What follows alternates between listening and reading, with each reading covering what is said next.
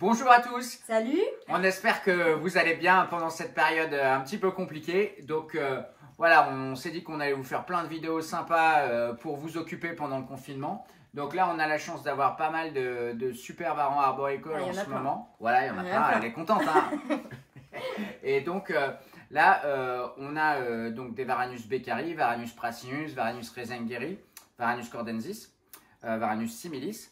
Donc là, on va vous faire plein de vidéos pour vous montrer un petit peu comment on les met en confiance, comment on essaye de faire du renforcement positif pour qu'ils se nourrissent correctement, qu'ils s'abreuvent correctement. Donc là, on va commencer avec un petit un beccari. Donc là, on est au début de la période d'acclimatation. Voilà, donc là, pour l'instant, ils ne nous connaissent pas encore super bien. Mais ils commencent à venir manger à la pince de manière assez cool. Bah, si vous voulez voir, d'ailleurs, j'ai mis une vidéo sur notre Instagram aussi. Voilà, un message de Varanus beccari. Suivez sur Instagram. Donc, je le fais voilà, voler. regardez comme il Voilà. vient. Bon, déjà, ils viennent déjà bien manger à la pince. Donc ça, c'est déjà un truc assez cool. Ah, ils nous sautent carrément dessus des fois. Hein, donc là, c'est pas mal. Après, je noterai pour les acclimatations, même pour les gens qui viennent d'avoir leur varan chez eux, il faut savoir qu'ils ont une période où ils vont être très détendus les premiers jours et d'un coup, il va y avoir ce que moi j'appelle une régression. Ils vont devenir plus timides, d'un coup, ils vont s'arrêter de manger et après, ça va revenir gentiment. Donc, il ne faut pas paniquer à ce moment-là. Il faut juste laisser le varan prendre ses marques. Et c'est super important. Hein. Moi, c'est une observation que j'ai eue où au début, ils sont hyper détendus les premiers jours. On se dit, ouais, c'est super. Et d'un coup, ils régressent un petit peu. Et après, il faut juste réapprendre. Et c'est là où il ne faut pas lâcher le morceau. Quoi. Il faut continuer à faire des efforts avec lui. Quoi. Et ça va reprendre. Après. Ça reste des animaux, ça reste des êtres vivants. Donc en fait, c'est jamais une courbe comme ça uniquement vers le haut. Il y a des fois aussi voilà, des petites phases de régression et tout ça. Donc il ne faut pas s'alarmer. Et donc, comme tout apprentissage, il y a toujours une petite phase de régression. Mais là, ce qui est cool, c'est que vous voyez, il avale quand même devant nous. Ah oui, lui, il est pas stressé. Donc là, on peut le filmer de plus près. Donc là, c'est pareil, on voit au niveau de la queue, il l'a légèrement enroulé. C'est-à-dire qu'il est, il est quand même sur le qui-vive, mais il est détendu aussi, sinon il l'aurait entièrement enroulé et il ne mangerait pas en plus. Voilà. En fait, quand ils acceptent d'avaler devant vous, c'est que déjà, ça le fait bien. Donc déjà, qu'ils viennent manger à la pince, c'est déjà super. Ensuite, la deuxième étape pour se dire qu'ils sont vraiment bien, c'est qu'ils prennent à la pince, mais ils avalent devant vous. Quand ils sont encore un peu en stress, ils attendent que vous reculiez pour avaler ou alors ils courent avec leur insecte dans la bouche. Et ensuite, la troisième étape, quand ils sont vraiment super détendus, ils vont venir manger par exemple sur notre main et carrément avaler sur notre main. Ouais, donc là, c'est le début du super moment. Est-ce qu'on lui en donne un deuxième? Oui, on va lui en donner un deuxième, comme ça on va filmer de plus près voilà. L'attaque de Super Beccari. L'attaque du prédateur. Donc du coup, comme d'habitude, comme on l'a vu, nous on prend les criquets par l'abdomen. Et en fait, pour permettre aux criquets d'avoir les ailes libres et de pouvoir voler, ce qui l'attire au final. Voilà. Vous voyez, là, il a pris sa patte aussi. Il a utilisé sa patte avant. Voilà. Il vient vraiment bien. Et là, vous voyez, il est direct, il s'affole pas et il commence à le mâcher, à l'avaler.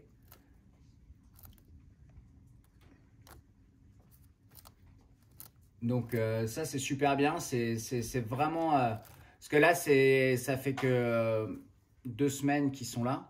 Donc c'est vraiment un super bon début. Alors après, hein, c'est comme tout, hein, il y a des spécimens qui sont des super candidats. Et moi, j'ai eu des spécimens en acclimatation que j'ai apprivoisés hyper vite. Et d'autres, il a fallu plusieurs mois. Donc si vous avez des animaux qui sont moins à l'aise, c'est pas parce qu'ils vont mettre 2 mois pour commencer à manger tranquillement, à manger même à la pince et tout ça. Voilà, il faut être patient en terrariophilie. Des fois, on a de la chance, on a un super individu et il va être à l'aise assez vite. Et là, c'est cool. Et des fois, on a un individu plus craintif. Et très souvent, chez les varans, les femelles sont de base toujours plus craintives. Les mâles, en général, sont toujours plus guerriers. Voilà, c'est des mâles, ils viennent, voilà, ils s'apprivoisent plus vite, etc. Ils se mettent en confiance toujours plus les vite. mâles. Écoute, j'y peux rien. Moi, c'est pas moi qui ai décidé le truc. Hein. Moi, je m'en fous. Hein. Je suis pas spécialement pro. Voilà. Et ça serait les femelles. Je vous dirais, les femelles sont hyper décontractées. D'ailleurs, moi, je préférerais, en fait. D'ailleurs, je préférerais, même entre nous, les humains, hein, je préférerais que ce soit les nanas qui viennent nous draguer que nous. Voilà, ça serait plus cool. Oh, la tendance. Voilà, Enfin, bon. la tendance s'inverse, mais nous ne sommes pas là pour ça. Voilà, donc là, vous voyez, il a tout avalé, nickel. On peut lui en redonner un troisième peut-être. Ouais. Et vous voyez, en fait, souvent, ce que j'aime bien faire, c'est mettre les mains au milieu et tout ça, qui associe le fait qu'il y ait la présence des mains, la présence des humains, avec un truc super cool comme la nourriture. Et c'est vrai que dès qu'on a le lien de la nourriture, alors...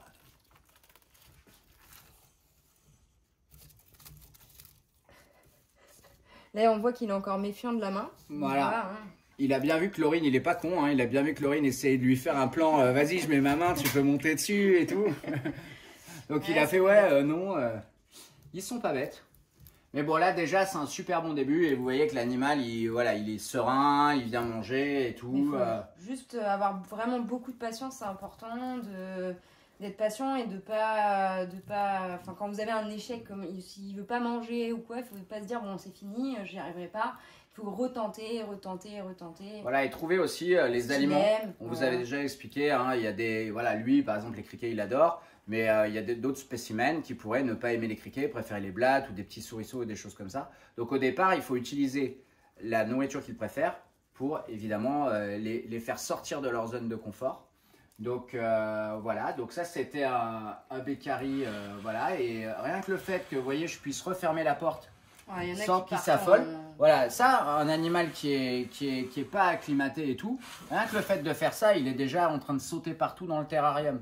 Donc là vous voyez lui maintenant l'ouverture de la porte, la fermeture de la porte, ça le dérange pas, il avale son truc, il est à la cool. Et je noterais aussi que pour l'acclimatation c'est toujours mieux d'essayer de les mettre en hauteur. On a remarqué, nous, que les verrons qu'on mettait un petit peu plus en bas, parce que des fois, on n'a pas le choix. On n'a pas le choix, on a des batteries. Voilà, ils s'acclimataient, enfin, ils mettaient beaucoup plus de temps à s'acclimater que ceux qui étaient en hauteur. C'est parce que ça leur donne oui, et puis ça leur donne une vision qui est un peu plus naturelle. Mais par contre, ce qui est intéressant, c'est de les placer en hauteur. Ça sert à rien forcément d'avoir beaucoup de hauteur, particulièrement dans l'acclimatation. Là, il y a 75, ça peut être 1 mètre, mais... Le fait qu'ils aient 2 mètres de hauteur, c'est pas forcément nécessaire. Après, une fois qu'ils sont acclimatés, pourquoi pas. Mais en fait, ce qui est important, c'est leur point de vue. C'est un peu comme avec les serpents arboricoles. Ça sert à rien. Eux, ils s'en foutent. Voilà. Et donc là, regardez, vous avez déjà fait une vidéo avec cette petite femelle Rasengaሪ. Donc vous voyez, maintenant elle est bien détendue du slip, hein, elle est peinard en train de bronzer, on s'approche, on ouvre et tout, il n'y a aucun problème. Donc là, il y a déjà du bon travail de fait. Hop. Salut. C'est quoi ça? Une petite blatte. Oui. Donc voilà, elle prend sa blatte. Et vous voyez, il n'y a aucun mouvement de panique et tout. Et là, pareil, elle recommence à l'avaler tranquillement, alors qu'au début, c'était pas le cas. Non, au début, pareil, elle, c'est vraiment le sujet typique. Au début, il venait d'arriver, il a mangé tout de suite à la pince, et au bout de 2 jours, il a arrêté totalement de manger. Il était en régression, et là, on a du tout, oui, je dis il pour le varan, mais elle, oui, c'est une fille, et là, ça va mieux. Donc là, vous voyez, elle a avalé et elle n'a pas peur des mains. Non, il n'y a pas de souci. Anthony travaille avec aussi. Voilà, Anthony qui est là pour le coup derrière la caméra. Tu peux faire un petit check devant.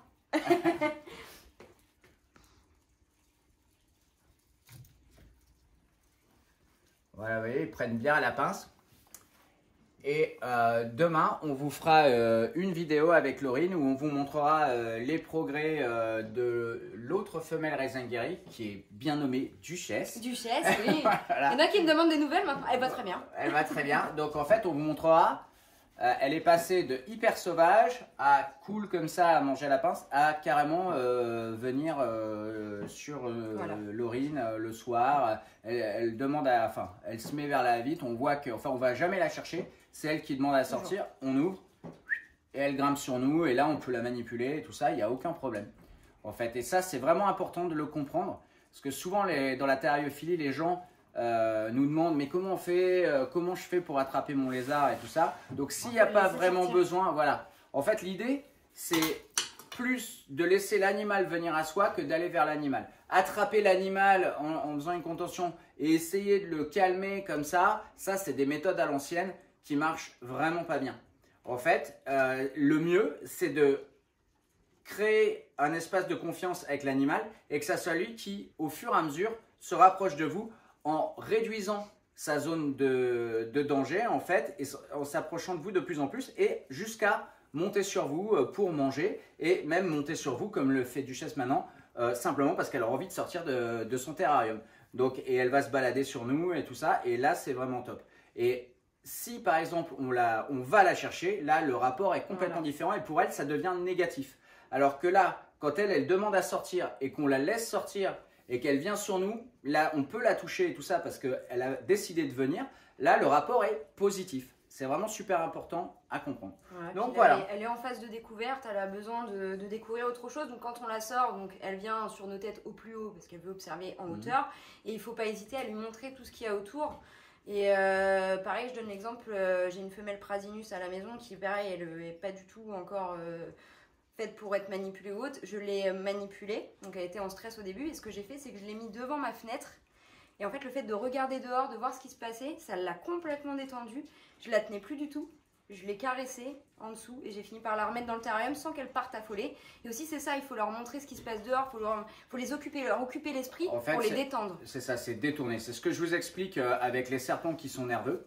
C'est la même technique, sauf que là, c'est avec des varans qui sont encore plus intelligents, encore plus alertes. Mais quand un serpent est nerveux et tout ça, le fait de lui changer son point de vue, de ne pas le laisser regarder vers vous, donc sa source d'angoisse, et d'attirer son attention sur autre chose, de changer son point de vue en le montant, en le descendant, en le faisant s'intéresser à quelque chose d'autre, ça a tendance à les sortir de cet état d'alerte. En fait, c'est la troisième phase, la sortie de l'état d'alerte. Voilà, et donc on vous fera cette vidéo demain. Allez, salut et tenez le coup hein, les gars, bon confinement, ciao. Prenez soin de vous.